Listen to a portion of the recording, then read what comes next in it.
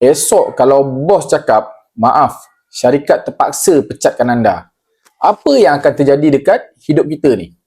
Simpanan dah cukup ke? Atau kita dah mula panik? Dah cukup betul ke persediaan kewangan kita? Save video ni dan dengar sampai habis.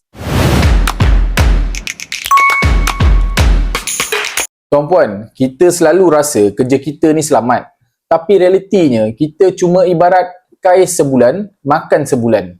Bila syarikat untung, kita ada nilai. Bila syarikat rugi, kita jadi beban pada syarikat. Ramai orang tak buat persediaan. Gaji habis setiap bulan. Simpanan, kosong. Bila kena buang kerja, baru sedar betapa rapuhnya hidup kita ni. Itu sebabnya kita kena mula bina tabung kecemasan. Hari ni juga. Kalau boleh asingkan 10% ke 15% gaji kita dan simpan sebahagian daripada tadi tu ke bentuk emas. Kenapa emas? Sebab nilai dia tak dimakan inflasi. Emas juga boleh membantu kita dari boros berbelanja. Kita tak boleh kawal keputusan bos, tapi kita boleh kawal persediaan kita. Kalau nak belajar cara simpan emas sebagai dana kecemasan, komen saya nak sekarang. Saya akan guide macam mana nak mulakan.